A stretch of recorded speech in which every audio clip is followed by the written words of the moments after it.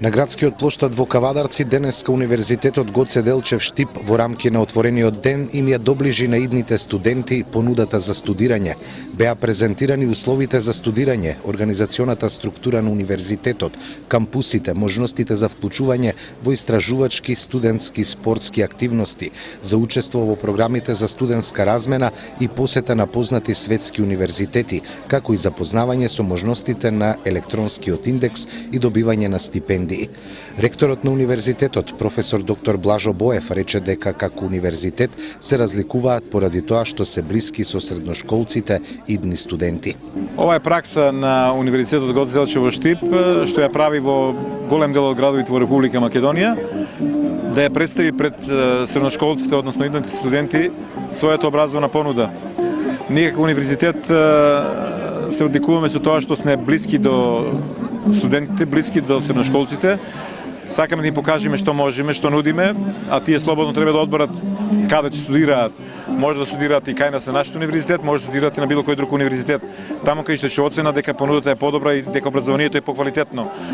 Ние стоиме одговорно на тоа дека универзитетот дава квалитетно образование, дека дава образование што ќе им користи во животот, дека со тоа образование ќе најдат работа, ќе работат во нашата држава и ќе можат да направат размена со другите универзитети во Европа, да поминат еден семестар или два семестри на другите универзитети во Европа, да видат како се студира таму, да стекнат пријателство, да стекнат врски, да стекнат друга култура, да видат како живеат другите во Европа и да се вратат назад и да го пренесат тоа знаење во Република Македонија за доброто на сите граѓани во Република Македонија. Проректорот за настава, професор доктор Кирил Барбареев, е задоволен од интересот кој средношколците и идни студенти го покажуваат кон Универзитетот Гоце Делчев. Во моментот универзитетот е структура со 12 факултети и 3 уметнички академии. Станува збор за повеќе од 100 студиски програми. Некои факултети имаат 4, некои 5 студиски програми, скоро од сите наставно-научни подрачја по меѓународните класификации. Можностите се огромни, значи правниот факултет, економскиот, факултетот за медицински науки, факултетот за информатика, образовните науки, правниот факултет, електротехнички, технолошко-технички, природни технички науки, значи една широка понуда со цел секој млад човек да може да се пронајде својата професија. Од друга страна, можностите на универзитетот се и брза трансформација за префрлање, бидејќи поголем дел од студентите дури и сакаат да се префрлат после прва година, така да структурата е скоро 80% идентична со дел од предметните програми на сите факултети. Можностите за нивно запознавање и студирање надвор од универзитетот еден или два семестри е исто така отворена. Значи едноставно потенцијали има многу. Друга важна работа е тоа што универзитетот се обидува не само студирањето, туку и нивниот социјален живот, спортските активности, културните активности, универзитетското радио и телевизија да бидат составен дел од она што представува студентски стандард.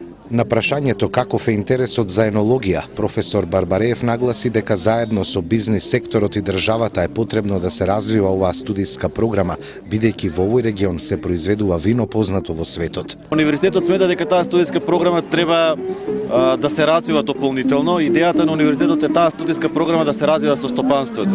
Јас сериозно мислам дека Кавадарци, Неготино, Демир Капи, ако се региони познати во светот дека прават добро вино, зошто да не се отвори елитна студиска програма за енологија во државата во Кавадарци и тоа да биде студиска програма која што ќе биде рамна со било која светска студиска програма во Франција или било која друга земја каде што има исто квалитетно вино.